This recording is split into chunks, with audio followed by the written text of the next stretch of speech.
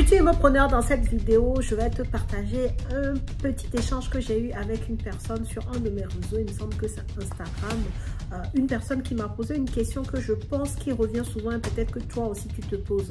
Je te mets ici un peu le screenshot de ce qui s'est passé, mais on va y revenir en détail dans la vidéo pour te donner un principe qu'il va falloir que tu comprennes, parce que dans l'immobilier, c'est un principe essentiel si tu veux réussir tes projets. Reste jusqu'à la fin de cette vidéo si ce sujet-là peut t'intéresser, si tu veux réussir tes projets immobiliers en te basant sur ce simple principe qui est très souvent oublié. Bonjour à tous et bienvenue sur cette chaîne destinée à l'investissement immobilier. Je suis Céline Médéou, épouse d'Orito. Je suis une immopreneur, une personne qui gagne de l'argent grâce à l'immobilier, qui en fait un business rentable. C'est ce que je t'apprends à faire au travers de mes contenus complètement gratuits sur cette chaîne, également au travers de mes formations et de mes accompagnements. Donc, si le sujet t'intéresse et que tu n'es pas encore un membre de cette communauté des immopreneurs, et ben tout de suite, corrige le tir, va t'abonner à la chaîne, c'est complètement gratuit et surtout active ta cloche de notification pour ne pas rater mes futures publications. Et dernière chose, si tu es nouveau ou nouvelle sur la chaîne, je t'invite à aller télécharger tout de suite ton cadeau de bienvenue, les 10 commandements de l'investissement immobilier rentable. Alors, comme je le disais aujourd'hui, je vais te montrer une petite discussion que j'ai eue sous un de mes posts en commentaire.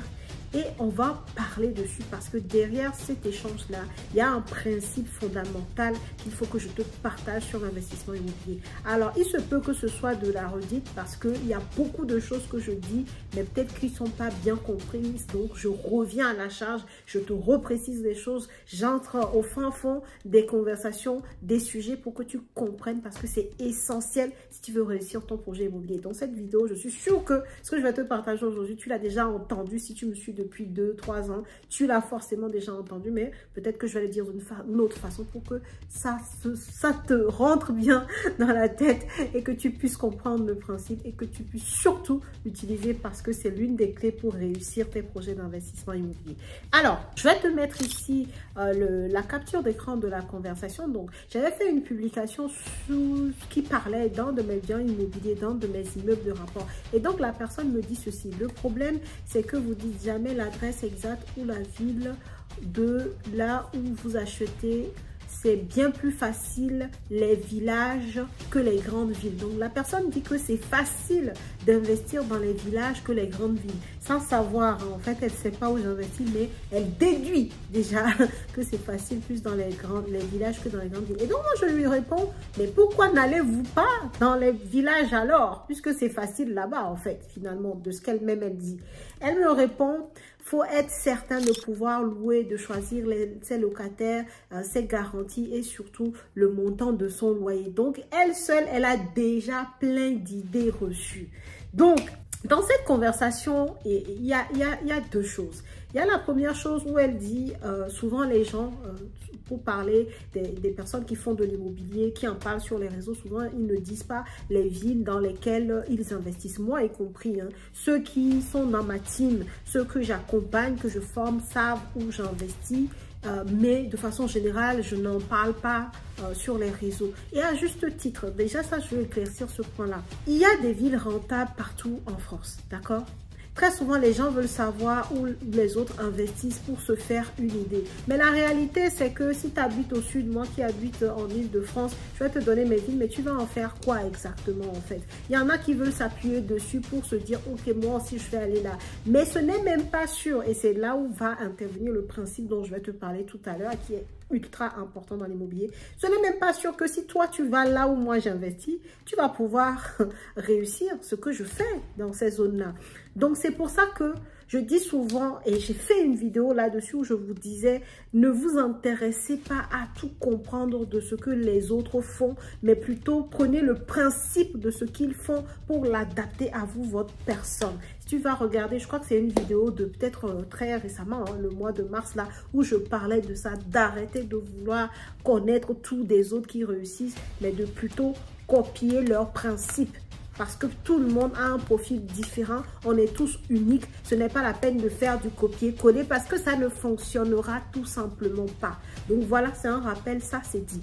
Maintenant, le principe dont je veux te parler dans cette vidéo pour aller donc avec cette discussion-là et la personne elle-même, ses pensées limitantes, parce qu'elle dit plein de choses. Hein. Elle dit faut être certain de pouvoir louer, de choisir ses locataires, ses garanties et de surtout le montant de son loyer. Donc, elle a plein d'idées reçues, elle a plein de pensées limitantes lorsqu'il s'agit d'aller dans les petites villes ou les villages. Mais en même temps, elle dit elle-même que c'est plus facile dans les villages que dans les grandes villes. Donc, va comprendre l'incohérence, mais bref. Moi, là où je veux t'emmener, c'est que dans l'immobilier, le principe qu'il faut absolument que tu n'oublies jamais, c'est le principe de connaître ton secteur. De connaître ton secteur, de savoir à qui tu t'adresses. Pour ceux qui sont entrepreneurs ou alors qui sont dans la vente de services, en tout cas des personnes qui vendent quelque chose, c'est un principe que vous allez tout de suite percuter. Pourquoi? Parce que dans le commerce, de façon générale, on ne s'adresse pas à tout le monde. On s'adresse à une cible. On s'adresse à un secteur donné. On s'adresse à une niche de marché donnée. Donc, les personnes qui sont entrepreneurs ou autres qui ont l'habitude de vendre des choses, bon, vous allez percuter très vite ce que je suis en train de dire.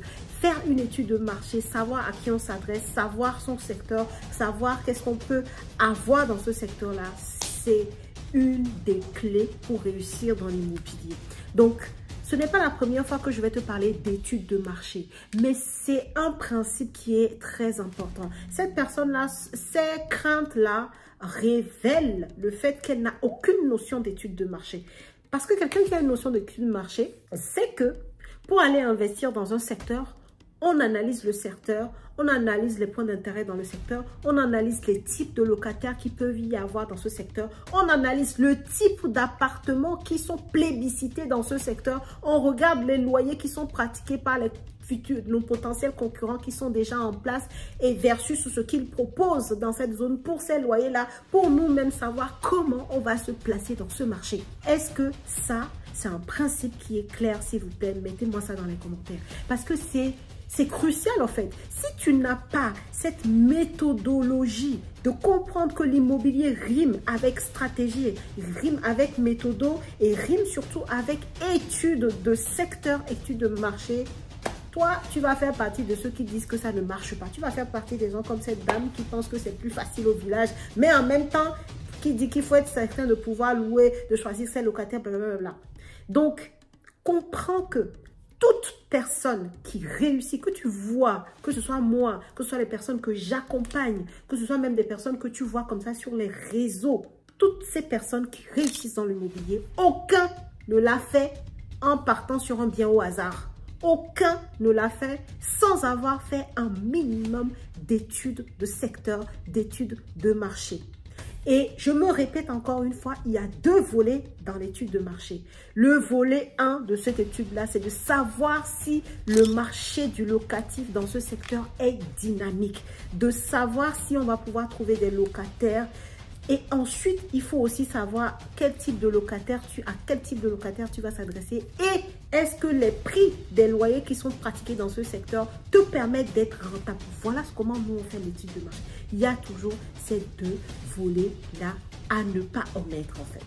Et une fois forcément que quelqu'un finit de faire cette étude de marché et se rend compte qu'effectivement, c'est une zone dynamique, il y a des potentiels locataires, ça va être plutôt des étudiants, des travailleurs, des alternants, des infirmières, je ne sais pas, des personnes qui rentrent dans la vie active, peu importe. Une fois que tu sais le type de personnes qui sont plus prédominantes dans cette zone-là et tu sais à peu près le loyer auquel tu peux louer les types de biens qui les intéressent, les types d'appartements qui les intéressent, bon, le reste, tranquille. En fait, tu retrouves ta sérénité dont je parle dans l'immobilier. Tu sais que quand toi, tu vas arriver sur ce marché-là, tu n'auras pas de questions, de doute sur le fait que tu auras des locataires. Tu sais que les loyers que tu vas pouvoir pratiquer te permettront d'être rentable. Donc, à ce moment-là, toutes tes pensées limitantes se dissipent par la connaissance et la pratique.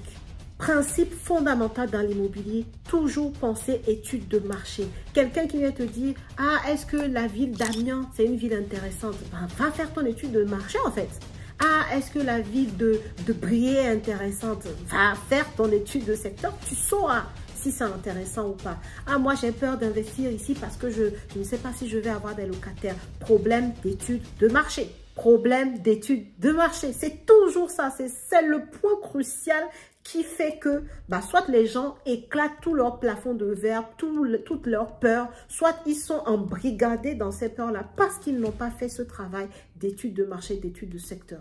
Et j'espère vraiment que cette vidéo va t'aider, va t'éclairer pour que tu ne fasses pas ce genre d'erreurs-là qui vont soit te faire que tu ne vas jamais investir dans l'immobilier parce que tu auras toujours peur que ça ne fonctionne pas, que ça foire, que tu aies de l'échec, ou alors que tu investisses mais pas de la bonne manière, que tu ne sois pas rentable, que tu n'ailles pas dans les bons lieux, que tu ne pratiques pas les loyers qui font que tu vas remplir, enfin bref. Donc l'immobilier, ce n'est pas au petit bonheur la chance, c'est une question, c'est limite scientifique en fait, c'est précis en fait, ce n'est jamais comme ça au hasard quoi en fait.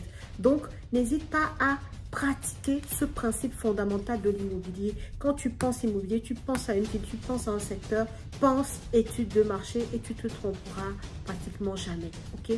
Donc voilà ce que je voulais répondre à cette personne. Et la dernière chose pour finir avec ce que la personne a mis là, il faut être certain de pouvoir louer, de tomber sur les bons locataires et tout ça. Sachez que même dans les grandes villes ne rime pas forcément avec très bons locataires. C'est tellement faux si vous saviez.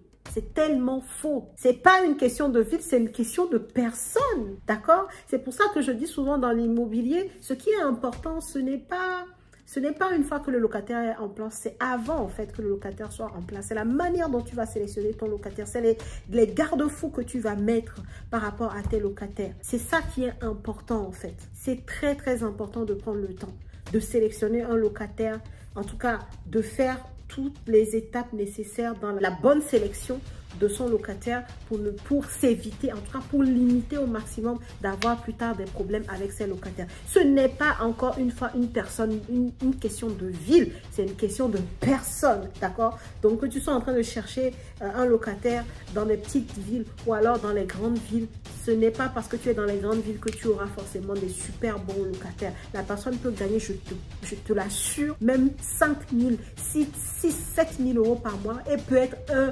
locataire, mais que tous les propriétaires ne veulent pas en fait. Donc attention à ce genre de raccourci là en pensant que oui, si je suis dans les grandes villes, je vais être tranquille et si je suis dans les petites villes, ça va être compliqué. Ce n'est pas une question de ville, c'est une question de personne et de la méthodologie que tu vas appliquer pour choisir tes ou ton locataire, ok?